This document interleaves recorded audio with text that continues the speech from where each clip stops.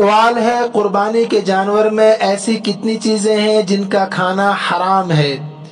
دیکھیے، حلال جانور چاہے وہ قربانی کے لیے ہو یا عام ذبیحہ ہو جس کو حلال طریقے سے ذبح کیا گیا ہے، ان سب جانوروں کے اندر 7 چیزیں ایسی ملتی ہے حدیث میں جن کا کھانا حرام ہے، جائز نہیں ہے۔ ایک روایت ہے احسن الکبریٰ میں موجود ہے، حضرت مجاہد رضی اللہ تعالیٰ عنہ فرماتے ہیں کہ حضور صلی اللہ علیہ وسلم بکری کے 7 اعضاء کو کھانا ناپسند کرتے تھے۔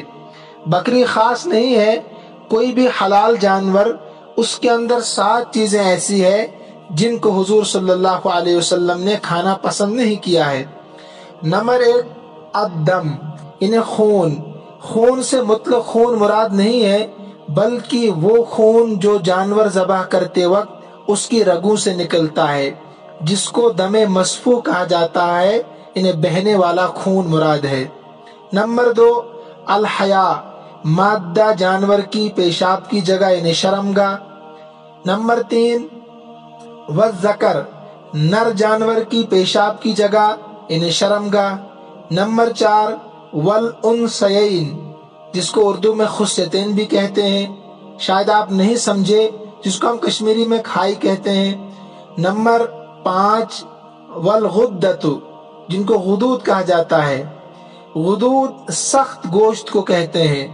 اس سے مراد جانور میں بعض اوقات خون جم کر گٹھلی کی شکل اختیار کر لیتا ہے، اور کبھی کسی بیماری کی وجہ سے جلد اور گوشت کے درمیان سخت گوشت کا ٹکڑا بن جاتا ہے۔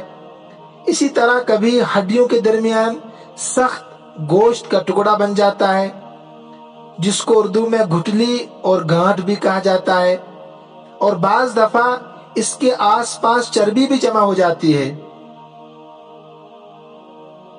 اور نمبر 6، والمثانہ، مثانہ کہتے ہیں پیشاب کی جو تھیلی ہے جس میں پیشاب جمع ہوتا ہے، اس کا کھانا بھی حرام ہے۔ اسی طریقے سے نمبر 7، المرارۃ، اس کو پتا کہا جاتا ہے۔ پتا کہتے ہیں جگر کے نیچے ایک چھوٹی سی تھیلی ہوتی ہے جس میں کڑوا پانی سا موجود ہوتا ہے، اس کا کھانا بھی حرام ہے۔ تو یہ 7 چیزیں ہیں جو اس حدیث سے ثابت ہے کہ ان کا کھانا حرام ہے، جائز نہیں ہے۔ اس کے علاوہ جو حرام مغز ہوتے ہیں، غدود سے بالکل الگ ہے۔ غدود الگ چیز ہے، حرام مغز الگ چیز ہے۔ حرام مغز جانور کی ریڑھ کی ہڈی میں سفید دھاگے کی طرح ایک چیز ہوتی ہے، لمبے سفید دھاگے کی طرح، یہ کمر سے لے کر گردن تک ہوتے ہیں۔ ان کا کھانا بھی مکروہ ہے، جائز نہیں ہے، لیکن یہ الگ الگ چیزیں ہیں۔ غدود الگ چیز ہے اور حرام مغز الگ چیز ہے، اس کو سمجھنا چاہیے۔ اس کے علاوہ اوجڑی جو ہے، جس کو ہم کشمیری میں ہتگن کہتے ہیں، عموماً ہم یہاں کھاتے ہیں، متھ ماش عموماً بناون اس، تو لہٰذا یہ بھی بغیر کسی کراہت کے جائز ہے۔ اگر اس کو اچھی طریقے سے پاک صاف کیا جائے تو اس کا کھانا بالکل جائز ہے۔ ابھی الگ بات ہے کسی کی طبیعت نہیں مانتی، تو طبیعت الگ چیز ہے، شریعت الگ چیز ہے۔ مثلا دودھ میں مکھی گر جائے، حدیث میں ہے کہ وہ اس پر کو پہلے ڈالتی ہے جس میں بیماری ہوتی ہے۔ اب حکم دیا گیا ہے کہ تم اس کو ڈبو دو، دوسرا پر بھی اس میں ڈبو دو، تاکہ جس میں شفا ہوتی ہے جس پر میں، وہ بھی اس میں مل جائے۔ پھر اس کو نکال کر پھینک دو، دودھ پی لو، چائے پی لو۔ اب اگر کسی کی طبیعت نہیں مانتی ہے کرنے میں تو نہ کرے، اور نہ دودھ پی اور نہ چائے پی، یہ الگ چیز ہے، گنہگار نہیں ہوگا۔ لیکن جہاں تک جوازت کا تعلق ہے تو اوجڑی کا کھانا بالکل جائز ہے۔ حضرت مولانا اشرف علی تھانوی نور اللہ مرقدہ سے کسی نے پوچھا کہ اوجڑی کھانا جائز ہے کہ نہیں؟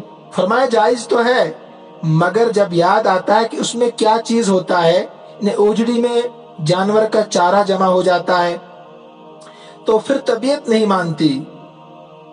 کہا پھر طبیعت نہیں مانتی کہ اس کو کھایا جائے؟ تو جہاں تک جوازت کا تعلق ہے جائز تو ہے، لیکن طبیعت کسی کی نہیں مانتی ہے وہ نہ کھائے، کوئی حرج نہیں ہے۔ دیکھیں، ان اعضاء کے متعلق اچھی طریقے سے اگر آپ کو جان پہچان کرنی ہے تو آپ کسی ماہر قصائی سے، قصاب کے پاس جائیں، آپ اس سے پوچھیں، وہ آپ کو